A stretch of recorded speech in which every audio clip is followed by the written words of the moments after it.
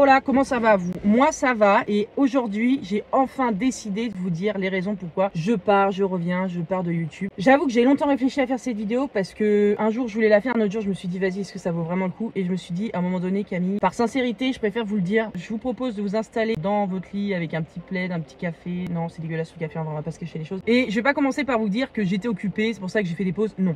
Tout a commencé en 2021, là vous allez me dire oui c'est la période pourtant où tu faisais des vues et tout, c'est vrai. Mais il s'avère que souvent les vues ne font pas tout. Pendant cette période-là, j'ai perdu Patrick, donc c'était la mascotte de la chaîne. Pour ceux ou celles qui ont suivi mes vidéos à cette époque-là, je pense que vous vous souvenez. D'ailleurs, il est encore sur ma bannière YouTube. Donc déjà, ça a pas trop aidé. Et pendant cette même année, j'ai fait aussi la rencontre d'une personne où je passais les 3/4 du temps avec. Et quitte à mettre mes vidéos de côté et profiter de ma vie, mais franchement les gars, ça sera à refaire, c'est next tout de suite, hein, vraiment je vous le dis. Je me suis rendu compte qu'avec cette personne, j'avais mis beaucoup trop d'énergie, d'affection et de créativité dans cette relation. Et là, vous allez me sortir, bizarre, Sneeze, l'énergie, la créativité et le reste, c'est tout ce qu'on retrouve plus chez toi.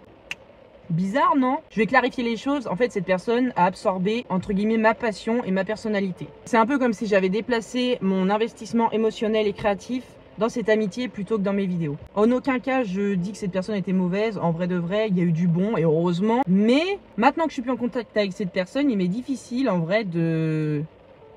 Il y a une biche. La vie de ma mère. Il y a 2 biches.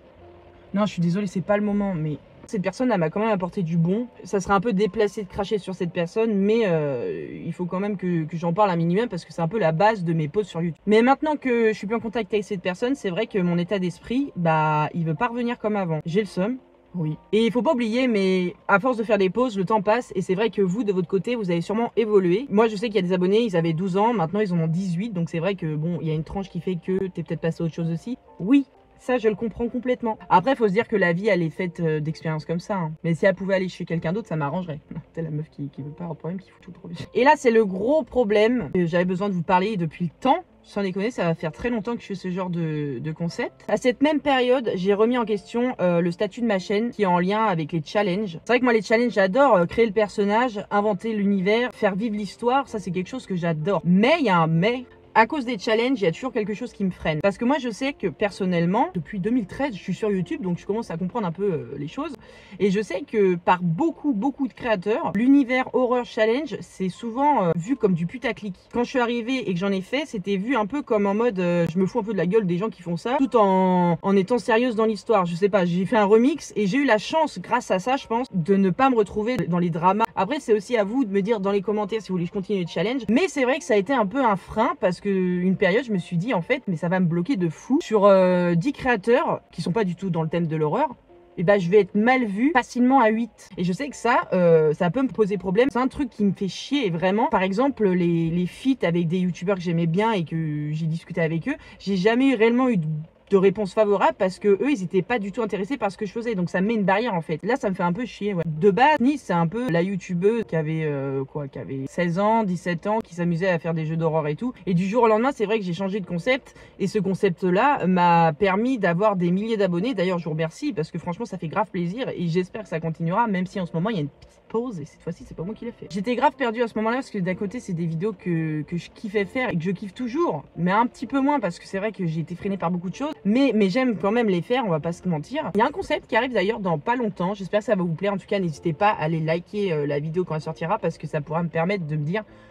je suis sauvée, il n'y a pas que les challenges qu'ils aiment. J'ai eu la chance aussi de m'apercevoir que sur la plateforme de YouTube, j'avais pas beaucoup de personnes qui critiquaient mes vidéos. Quand je vois d'autres youtubeurs qui font des challenges horreur, même en ce moment, waouh, ça y va. Donc je vous remercie pour ça parce que franchement, moi j'aime pas ça, moi je vais pas être dans les problèmes. Et surtout, là on est dans une vidéo où je parle sincèrement avec vous. Les gars, vraiment, tous ceux ou celles qui sont encore actifs depuis ma pause, n'hésitez pas à poser votre like sur les vidéos. Il y a eu 2023, on pouvait pas s'y attendre du tout. En 2023, j'ai perdu un membre de ma famille, donc ça m'a fait rire. Suite à ça, j'ai eu la perte de mon chat, pour les intimes, ma fleur, qui n'était pas forcément vue sur mes vidéos. Dans certaines anciennes vidéos, j'en parle assez pas mal.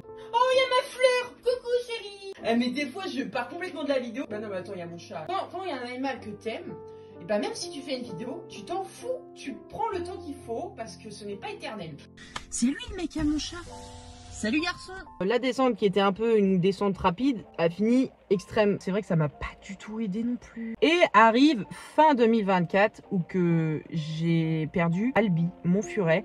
J'ai encore des messages en mode à quand une nouvelle vidéo avec Albi?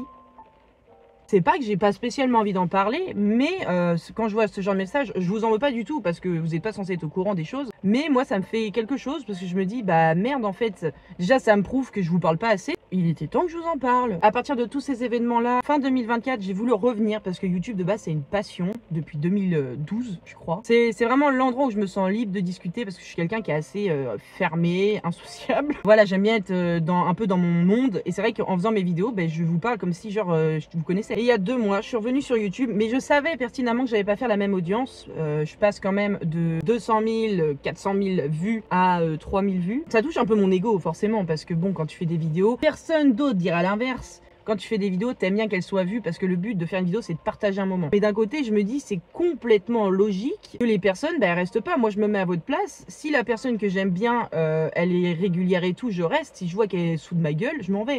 Je me foutais pas de votre gueule pour le coup. Non. Et je me crois vraiment dans la faune et la fleur parce que là, il y a les oiseaux. En face, il y a les biches. C'est quoi le prochain truc? Une vache qui s'envole dans une soucoupe volante. Après, pour moi, sincèrement, c'est pas le plus important. Je pense qu'avec tout ce que je vous ai dit, vous comprenez mieux pourquoi la vibe des vidéos a changé et vous ne pouvez pas me dire l'inverse parce que moi-même je le vois. Il faut savoir que quand ma chaîne a marché, j'avais 18 ans, maintenant j'en ai 24. Peut-être que je prends de la maturité, ça m'étonnerait. Je suis en train à donf remonter la pente, mais c'est vrai que des fois il y a des petits cailloux qui me font glisser. Après, sincèrement, je regrette aussi le fait de ne pas avoir fait cette vidéo avant parce que je pense que j'aurais dû. Au moment où je suis revenue, j'aurais dû poster cette vidéo. Les gars, je suis obligée, je suis désolée. Vous voyez ou pas?